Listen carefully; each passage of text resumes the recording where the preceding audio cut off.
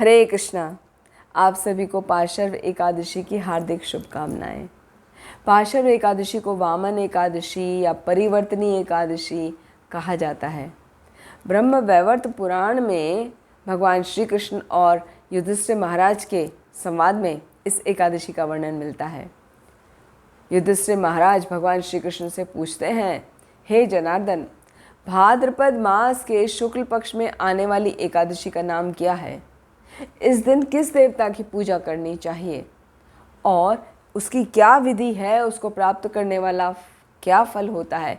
कृपया करके विस्तार से इसका वर्णन कीजिए। भगवान श्री कृष्ण ने कहा, हे राजन, इस एकादशी को पार्श्व एकादशी कहते हैं और इस एकादशी के पालन से सभी व्यक्ति पापों से मुक्त हो जाते हैं। और जो कोई व्यक्ति इस एकादशी के महात्म्य का श्रवण करता है उस व्यक्ति के सभी पाप नष्ट हो जाते हैं। उसको वाजपेय यज्ञ करने से भी अधिक फल की प्राप्ति होती है। और इस एकादशी का नाम जयंती एकादशी भी है। इस दिन भगवान वामन देव की उपासना करनी चाहिए, जिससे व्यक्ति को आध्यात्मिक जगत की प्राप्ति होती है। इस एकादशी के दिन भगवान मधुसूदन अपने बाएं करवट से दाएं करवट लेते हैं। इसीलिए इस एकादशी को पार्श्व परिवर्तनी एकादशी भी कहा जाता है और इसका दूसरा नाम जयंती एकादशी भी है। युधिष्ठिर महाराज भगवान श्री कृष्ण से पूछते हैं, हे जनार्दन, मेरे कुछ प्रश्नों का तो समाधान आपने कर दिया। अब ये बताइए कि हे देव देवेश्वर, आप कैसे सोते हैं? किस प्रकार आप करवट लेते हैं? चतुर्मास्य का पालन कैसे करना चाहिए? आपकी निद्रा के समय दूसरे लोग क्या करते हैं? आप बलि महाराज के बंधन में क्यों बंध गए? हे स्वामी, मेरी ये सारी शंकाओं का समाधान कीजिए। भगवान श्री कृष्ण कहने लगे, त्रेता युग में दैत्य कुल में जन्मा बलि नामक मेरा एक भक्त हुआ। अपने परिवार के साथ वो सदैव ही मेरी पूजा अर्चना में लगा रहता था। उसने ब्राह्मणों की पूजा और अनेक यज्ञ भी किए थे, जिससे वो इतना शक्तिशाली बन गया कि उसने इंद्र को भी पराजित कर दिया और वो स्वर्ग का राजा बन बैठा। सभी देव देवता ऋषिगण मेरे पास आए। उनके कल्याण के लिए ही मैंने वामन अवतार लिया और राजा बलि जहाँ पर यज्ञ कर रहा था मैं वहाँ पहुँच गया। बलि राजा से मैंने 3 पग भूमि मांगी, क्योंकि मुझे उससे अधिक भूमि की कोई इच्छा नहीं थी। बलि महाराज ने मुझे और मांगने के लिए कहा, लेकिन मैंने दृढ़ निश्चय करके कहा कि केवल मुझे 3 पग भूमि ही चाहिए और कुछ आवश्यकता नहीं है। तो बलि महाराज ने बिना विचार करके मुझे 3 पग भूमि आसानी से दे डाली और तुरंत ही मैंने महाकाय रूप धारण किया, जिसके एक पग में मैंने 7 पाताल लोक नाप लिए, जो हैं अतल, वितल, सुतल, तलातल, महातल, रसातल और पाताल। और फिर दूसरे पग में आकाश के 7 लोकों को नाप लिया। वो हैं भूलोक, भुवरलोक, स्वर्गलोक, महरलोक, जनलोक, तपलोक और सत्यलोक। और तीसरा पग रखने के लिए मैंने बलि महाराज से जगह मांगी। तो तीसरे पग के रूप में बलि महाराज ने नम्रतापूर्वक अपना सर आगे कर दिया। उसके नम्रता से प्रसन्न होकर मैंने उसको नित्य प्रतिदिन उसके साथ रहने का उसको आशीर्वाद दिया। इस पार्श्व एकादशी के दिन वामन देव के विग्रह की स्थापना महाराज बलि के निवास पर हुई। आज ही के दिन भगवान बलि के महल में निवास करने लगे। भगवान आगे कहते हैं कि मेरा दूसरा रूप क्षीर सागर में अनंत शेष पर शयन करता है और शयन एकादशी से उत्थान एकादशी तक मैं निद्रावस्था में ही रहता हूँ। इन 4 महीनों में हर एक को विशेष रूप से मेरी पूजा करनी चाहिए और चतुर्मास में आने वाली सभी एकादशी का दृढ़तापूर्वक पालन करना चाहिए। इस एकादशी के व्रत के पालन से 1000 अश्वमेध यज्ञ करने का फल मिलता है। इस एकादशी का वर्णन स्कंद पुराण में भी आता है। स्कंद पुराण में वर्णन इस प्रकार है। भगवान श्री कृष्ण से जब युधिष्ठिर महाराज ने भाद्रपद मास के शुक्ल पक्ष की एकादशी के वर्णन की विधि जाननी चाहिए तो भगवान बोले कि इस विषय में मैं तुम्हें एक आश्चर्यजनक कथा सुनाता हूँ, जिस कथा को ब्रह्मा जी ने महात्मा नारद से कहा था। नारद जी ने पूछा, अभी कथा बता रहे हैं भगवान ब्रह्मा जी और नारद जी की जो कथा है वो कथा युधिष्ठिर महाराज को बता रहे हैं। तो नारद जी ने पूछा ब्रह्मा जी को, हे चतुर्मुख ब्रह्मा जी, आपको नमस्कार है। मैं भगवान विष्णु की आराधना के लिए आपके मुख से ये सुनना चाहता हूँ कि भाद्रपद मास के शुक्ल पक्ष में कौन सी एकादशी आती है। सेम क्वेश्चन ब्रह्मा जी से नारद जी ने भी पूछा। तो ब्रह्मा जी ने कहा, हे मुनि श्रेष्ठ, तुमने बहुत ही उत्तम बात पूछी है। क्यों ना हो, वैष्णव हो ना। भाद्रपद मास के शुक्ल पक्ष की एकादशी को पद्मा एकादशी भी कहा जाता है। एक बार की बात है, सूर्य वंश में मानधाता नाम का एक चक्रवर्ती, सत्य बोलने वाला, सत्यनिष्ठ, प्रतापी राज ऋषि हुए। वो प्रजा का अपने पुत्रों की तरह धर्म पूर्वक पालन किया करते थे। उनके राज्य में कभी अकाल नहीं पड़ता था, किसी को मानसिक चिंताएं नहीं होती थी, किसी प्रकार का कोई रोग का प्रकोप नहीं होता था। प्रजा सदैव निर्भय रहती थी, धन धान्य से परिपूर्ण थी। महाराज के कोष में केवल न्याय से उपार्जित धन का ही संग्रह होता था। उनके राज्य में सभी वर्णों आश्रमों के लोग अपने अपने कर्म में और धर्म में लगे रहते थे। राजा मानधाता के राज्य की भूमि कामधेनु के समान ही फल देने वाली थी।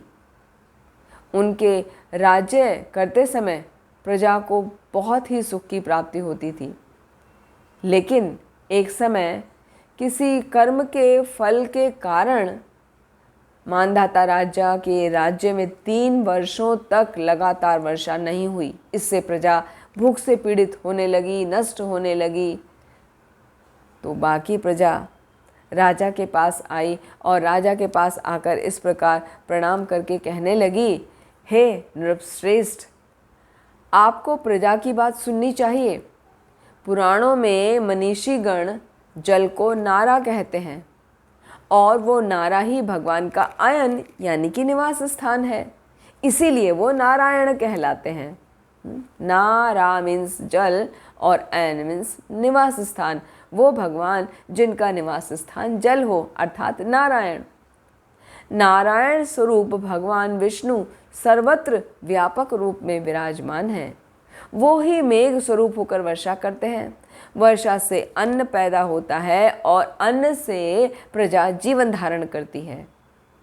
हे राजा नृपश्रेष्ठ, इस समय अन्न के बिना प्रजा का नाश हो रहा है, अतः आप कुछ ऐसा उपाय करिए जिससे हमारे योग क्षेम का निर्वाह हो सके।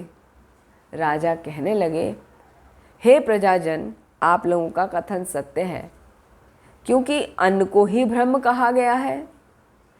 अन्न से प्राणी उत्पन्न होते हैं, अन्न से ही जगत जीवन धारण करता है। लोक में अक्सर ऐसा सुनने को मिलता है और पुराणों में भी विस्तार के साथ वर्णन आता है कि राजा के अत्याचार के कारण प्रजा को पीड़ा होती है।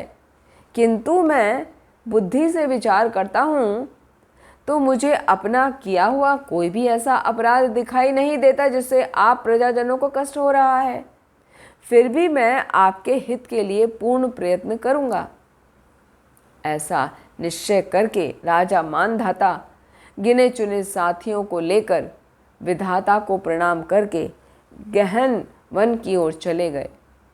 वहाँ जाकर मुख्य मुख्य मुनियों तपस्वियों उनके आश्रम में जाते, उनको प्रणाम करते। एक दिन वो ब्रह्मपुत्र अंगिरा ऋषि के आश्रम में गए, उनका दर्शन हुआ। जैसे ही उन पर दृष्टि पड़ी, राजा ने हर्ष में भरकर बहुत ही प्रसन्न भाव से अपने वाहन से उतरे और सभी इंद्रियों को वश में रखते हुए हाथ जोड़कर अंगिरा ऋषि को प्रणाम किया। मुनि ने भी स्वस्ति स्वस्ति कहकर राजा का अभिनंदन किया और उनके राज्य के 7 अंगों की कुशल पूछी। राजा ने अपनी कुशल बताकर मुनि के स्वास्थ्य का भी समाचार पूछा।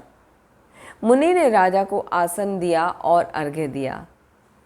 वो सब ग्रहण करके राजा मुनि के समीप बैठ गए तो उन्होंने उनके आगमन का कारण पूछा। तब राजा ने कहा, हे भगवान, मैं धर्म के अनुसार इस पृथ्वी का पालन कर रहा था, फिर भी मेरे राज्य में वर्षा का अभाव हो गया। समझ नहीं आ रहा इसका क्या कारण है, तो कृपया करके आप इस समस्या का समाधान कीजिए। ऋषि बोले, हे राजन, सब युगों में उत्तम सत्य युग है।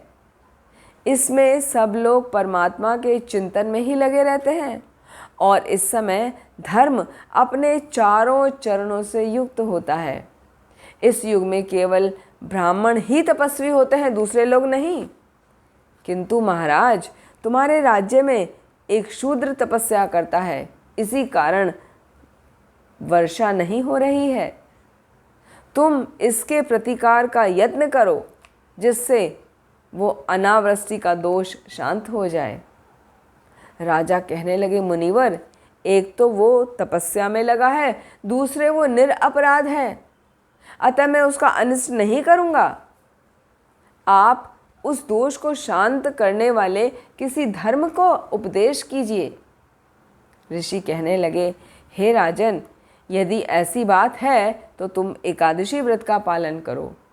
भाद्रपद मास के शुक्ल पक्ष में जो एकादशी आती है, पद्मा नाम की एकादशी से वो विख्यात है, उसके व्रत के प्रभाव से निश्चय ही उत्तम वर्षा होगी। हे नरेश, तुम अपनी प्रजा और परिजनों के साथ इस व्रत का पालन करो।